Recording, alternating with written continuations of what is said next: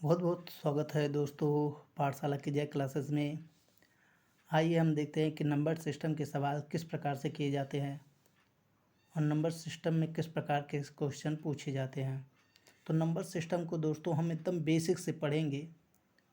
हम ये मानकर पढ़ते हैं कि हाँ आप लोगों को कुछ नहीं आता है, एकदम बेसिक से हम पढ़ेंगे, जिससे ऐसे स्टूडेंट जिसको कुछ भी नहीं पता है नंबर सिस्टम के बारे में, नंबर के बारे में, तो उसको पूरी जानकारी मिल जाए। तो दोस्तों इस वीडियो को ध्यान से देखना, स्किप मत करिएगा, इस वीडियो को ध्यान से देखिएगा।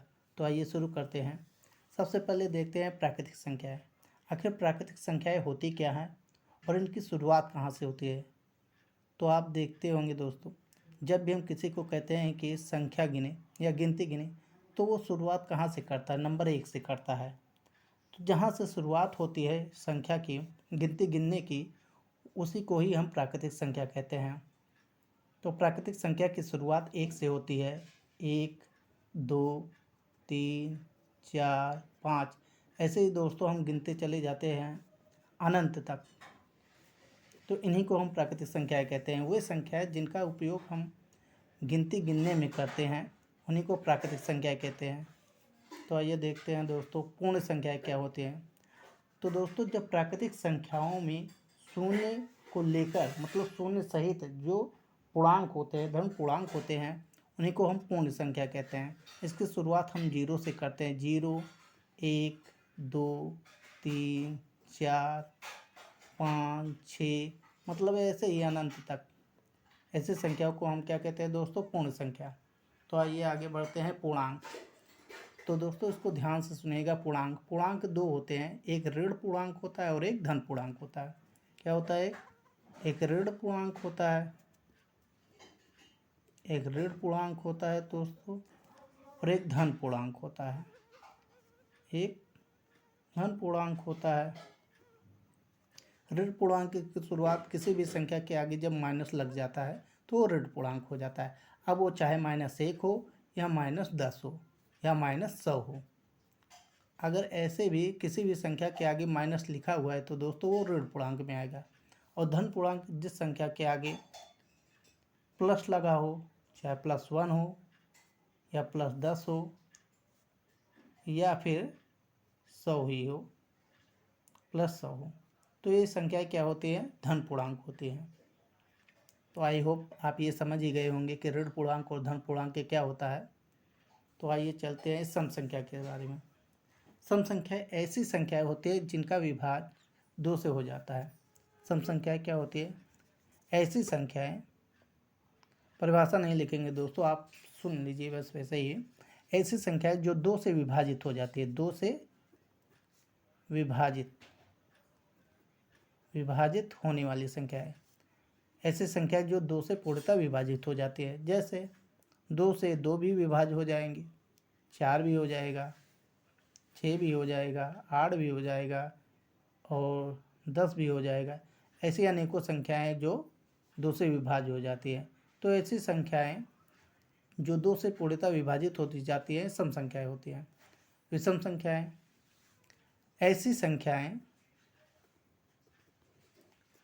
जो 2 से विभाजित नहीं होती हैं, जो 2 से विभाजित नहीं होती हैं। अब देखो सम संख्या को क्या होगी? जो 2 से विभाज्य हो जाएगी। और विषम संख्या जो 2 से विभाज्य नहीं होगी, तो इसी को ही हम विषम संख्या कहते हैं। 3 2 से विभाज्य नहीं होगा, 5 2 से विभाज्य नहीं होगा, 7 2 से विभाज्य नहीं होगा, 9 2 से विभाज्य नहीं होगा। तो दोस्तों ऐसे अनेकों संख्याएं होती हैं जो 2 से विभाज्य नहीं होती है। तो जो संख्या 2 से विभाज्य नहीं होगी वो विषम संख्या कहलाएंगी। आगे देखते हैं दोस्तों भाज्य संख्या। भाज्य संख्या के बारे में हम लोग पढ़ेंगे और जानेंगे कि भाज्य संख्या क्या होती है और अभाज्य संख्या, क्योंकि सबसे ज़्यादा कन्फ्यूजन जो होती है छात्रों को इसी में होता है कि भाज्य क्या होता है, अभाज्य क्या होता है। तो दोस्तों हमारी बातों को ध्यान से आप सुनिएगा। भाज्य संख्या, भाज्य संख्याएं जो होती है उनके जो गुणनखंड होते हैं वो 2 से अधिक होते हैं। एक बार हम दोबारा दोहराना चाहेंगे कि ऐसी संख्याएं जिनका गुणनखंड 2 से ज़्यादा होता है वो भाज्य संख्याएं कहलाती हैं। जैसे क्या आप बताइए 2 भाज्य संख्या है? क्या 2 भाज्य संख्या है? देखते हैं परिभाषा के अनुसार। परिभाषा क्या कह रहा है दोस्तों, ऐसी संख्याएं जिनका गुणनखंड 2 से ज़्यादा होता है। तो 2 का क्या 2 से ज़्यादा है, 1 और 2। अब देखिए 1 या तो 1 से कटेगा, 2 जो है या तो 1 से कटेगा या तो स्वयं से कटेगा। तो इसके सिर्फ 2 ही गुणनखंड बन रहे हैं, तो इसका मतलब ये भाज्य संख्या नहीं है। तो इसको आप अभाज्य में लिख सकते हैं। तो ये अभाज्य संख्या हो जाएगा दोस्तों। अब देखते हैं ये अभाज्य संख्या हो गया, तो भाज्य संख्या क्या होगी। जैसे आप 4 को ले लीजिए, 4। अब देखिए 1 किस किस से कटेगा, 1 तो 1 से कटेगा, 2 से कटेगा और 4 स्वयं से कटेगा। तो अब देखिए दोस्तों इसके 2 से ज़्यादा गुणनखंड हैं। तो ऐसी संख्याएं जिनके 2 से ज़्यादा गुणनखंड मिलेंगे तो वो भाज्य संख्या कहलाएंगे। आई होप आप लोग समझ रहे होंगे हमारी बातों को। एक और संख्या देख लेते हैं दोस्तों, 9। 9 को देख लेते हैं दोस्तों किस किस से कटेगा। 1 तो 9 1 से कटेगा, 3 से विभाजित होगा और ये 9 स्वयं से विभाजित होगा। तो ये भी हमारी कैसी संख्या है, भाज्य संख्याएं हैं। तो ऐसी संख्याएं जिनका गुणनखंड 2 से अधिक होता है वो भाज्य संख्याएं कहलाती हैं। अब दोस्तों अभाज्य संख्या में आ जाते हैं। अभाज्य संख्या भाज्य संख्या के तुरंत विपरीत होता है। अब जो अभाज्य संख्याएं होंगी तो उनके जो गुणनखंड होंगे केवल 2 होंगे। अभाज्य संख्या के केवल 2 गुणनखंड होंगे। ऐसी संख्या जिनके केवल 2 गुणनखंड हैं वो अभाज्य संख्या कहलाती है। जैसे 2 हमारा क्या है, सबसे छोटा अभाज्य संख्या है। 1 तो ये 1 से कटेगा और 2 स्वयं से कटेगा। 3 हो गया, ये 1 से कटेगा और 3 से कटेगा, ये भी अभाज्य संख्या है दोस्तों। अब देख लीजिए 5 हो गया, ये भी 1 से कटेगा और 5 से कटेगा। 11 हो गया, ये भी 1 से कटेगा और 11 स्वयं से कटेगा। तो ऐसी संख्याएं जिनके केवल 2 गुणनखंड होते हैं वो अभाज्य संख्या कहलाते हैं। आई होप आप लोग हमारी बातों को अच्छी तरीके से समझ रहे होंगे। अगर ये वीडियो आप लोग ध्यान से देखते हैं तो दोस्तों आपको भाज्य अभाज्य संख्या, सम और विषम संख्या, पूर्णांक और प्राकृतिक संख्याओं में कभी कोई कन्फ्यूजन नहीं रह जाएगी। आप इसको वीडियो में बने रहिएगा दोस्तों। आप लोग अभाज्य और भाज्य संख्याएं समझ ही गए होंगे। अब देखते हैं कि प्राकृतिक और परिमेय संख्या और अपरिमेय संख्या किसे कहते हैं। तो दोस्तों देखिए आगे परिमेय संख्या क्या होती है। परिमेय संख्या को P/Q के रूप में हम व्यक्त करते हैं। आप लोग पढ़े ही होंगे P/Q के रूप में, मतलब ऐसी संख्या जिनको हम बटे के रूप में, भिन्न के रूप में लिख सकते हैं वो परिमेय संख्या होती है। पर दोस्तों यहाँ पे ये इम्पोर्टेंट है, ये हमको पता होना चाहिए कि ये जो Q है वो 0 के बराबर नहीं होना चाहिए। हमारा जो Q है दोस्तों वो 0 के बराबर नहीं होना चाहिए। आप इसको भी परिमेय संख्या कह सकते हैं। 5 ये परिमेय संख्या है, 6 भी परिमेय संख्या है। आप इसको 7 भी परिमेय संख्या लिख सकते हैं। मतलब हम इसको बटे के रूप में लिख सकते हैं ना। हम इसको बटे 1 कर सकते हैं, बटे 1 कर सकते हैं, बटे 1 कर सकते हैं। तो ये भिन्न परिमेय के रूप में हो गया है। लेकिन हमको ये ध्यान देना है कि जो हमारा Q है, Q मतलब ये हर, हमारा हर जो है वो हमारा 0 के बराबर ना हो। ठीक है ना दोस्तों। तो ये हमारा क्या है, परिमेय संख्या है।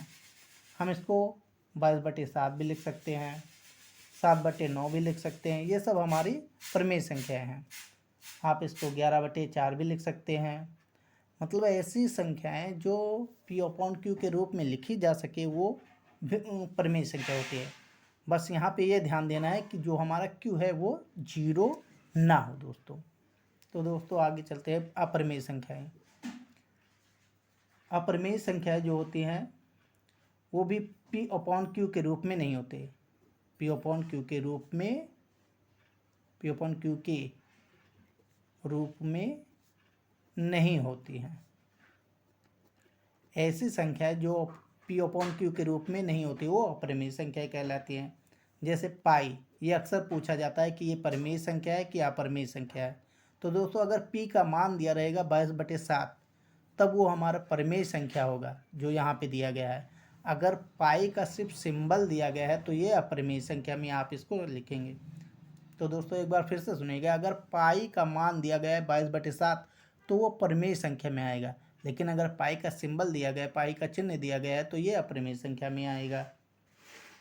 आप इसको √2 भी ये हमारा अपरिमेय संख्या है, √3 भी अपरिमेय संख्या है, -2 -√2 ये भी अपरिमेय संख्या है, -√3 ये भी अपरिमेय संख्या है। तो ऐसे दोस्तों अनेकों संख्याएं हैं जो अपरिमेय संख्याएं होती हैं। तो आई होप आप लोगों को जितना बताया गया होगा आप लोग उसको अच्छे से सुने होंगे, समझे होंगे। तो मिलते हैं दोस्तों नेक्स्ट वीडियो में। आप लोगों को यह वीडियो कैसा लगा ज़रूर कमेंट करके ज़रूर बताएं, और हमारे इस प्रयास को आप लाइक, कमेंट और सब्सक्राइब कर सराहना दें। धन्यवाद। तो दोस्तों आगे देखते हैं क्रमागत पूर्णांक। क्रम से आने वाले पूर्णांक को क्रमागत पूर्णांक कहते हैं, जैसे 13, 14, 15, 16 आदि। 1, 2, 3, 4 इनकी शुरुआत कहीं से भी हो सकती है, जैसे प्रकार से क्वेश्चन में कह दें। और दो क्रमागत जो पूर्णांक होते हैं उनका अंतर हमेशा 1 होता है अगर वो क्रमागत है तो दोस्तों देखते हैं, अगर पूर्णांक कहेगा, अगर कहेगा पहला पूर्णांक, पहला क्रमागत पूर्णांक जो पहला पूर्णांक होगा, पहला पूर्णांक आप उसको x मान सकते हैं। अगर पहला पूर्णांक x होगा तो दूसरा पूर्णांक क्या हो जाएगा, दूसरा पूर्णांक आप इसको x+1 मान सकते हैं, क्योंकि इनका अंतर जो होता है वो 1 का होता है। दूसरा इतना है तो आप तीसरा किसको मान सकते हैं, तीसरा मान सकते हैं x+2। अब जैसे ही आगे बढ़ेंगे वैसे उसमें x+3 कर देंगे। तो दोस्तों ये क्रमागत पूर्णांक है। आइए देखते हैं, क्रमागत पूर्णांक भी दो होते हैं, एक क्रमागत सम संख्या होती है और एक क्रमागत विषम संख्या होती है। तो सबसे पहले हम क्रमागत सम संख्या देखेंगे दोस्तों। तो जो क्रमागत सम संख्या होती है वो कैसे संख्या होती है, क्रम से आने वाली विषम संख्याएं, सॉरी दोस्तों, क्रम से आने वाली जो सम संख्या होती है, क्रम से आने वाली सम संख्याएं क्रमागत सम संख्याएं होती हैं। जैसे 4, 6, 8, 10 ऐसी अनेकों संख्याएं। तो निकटतम दो क्रमागत संख्याओं का जो अंतर होता है दोस्तों, निकटतम दो क्रमागत संख्याओं का जो अंतर होगा, अब देखिए ये निकटतम है 4 और 6, तो निकटतम संख्या है कि नहीं, क्रमागत सम संख्या है। तो अगर हम इनका अंतर करेंगे तो इनका अंतर 2 आएगा। आप किन्हीं भी दो संख्याओं को ले सकते हैं, उन दो क्रमागत सम संख्याओं का जब अंतर करेंगे तो उनका अंतर 2 आएगा दोस्तों। तो ऐसी संख्याएं, ऐसी सम संख्याएं क्रमागत सम संख्याएं जिनका अंतर 2 आएगा वो क्रमागत पूर्णांक या क्रमागत सम पूर्णांक संख्या कहलाएंगे दोस्तों। आप इनकी शुरुआत कहीं से भी कर सकते हैं या जिस प्रकार से क्वेश्चन में कहे आप ये कह सकते हैं। और अगर माना गया है तो आप ये भी मान सकते हैं, मान लीजिए पहली जो क्रमागत संख्या, क्रमागत सम संख्या है, सम संख्या आप उसको x मान सकते हैं, और दूसरी जो दूसरी क्रमागत संख्या, दूसरी क्रमागत सम संख्या को आप x+2 मान सकते हैं। और आगे ये ऐसे बढ़ते जाएंगे, तीसरी कहेगा तो उसमें 4 जोड़ देंगे, पाँचवीं कहेगा तो उसमें, चौथी कहेगा तो उसमें 6 जोड़ देंगे, पाँचवीं कहेगा 8 जोड़ देंगे। जैसे जितनी संख्याएं कहेगा दोस्तों उतना हम जोड़ते जाएंगे और अपने सवाल को हल करेंगे। आगे बताएंगे कि सवाल भी कैसा होगा। अभी ये एक फॉर्मूला बता रहे हैं कि आप लोगों को सवाल किस प्रकार से समझना है और उसको कैसे करना है, क्योंकि जब तक आपको ये नहीं क्लियर होगा कि क्रम संख्या, क्रमागत सम संख्या और क्रमागत विषम संख्या क्या होती है तो आप लोग सवाल कैसे लगाएंगे। इसीलिए हम इसको एकदम बेसिक से शुरू से बता रहे हैं। तो वीडियो में आप लोग बने रहिएगा। क्रमागत विषम संख्या देखते हैं दोस्तों। क्रम से आने वाली विषम संख्याओं को क्रमागत विषम संख्या कहते हैं। जैसे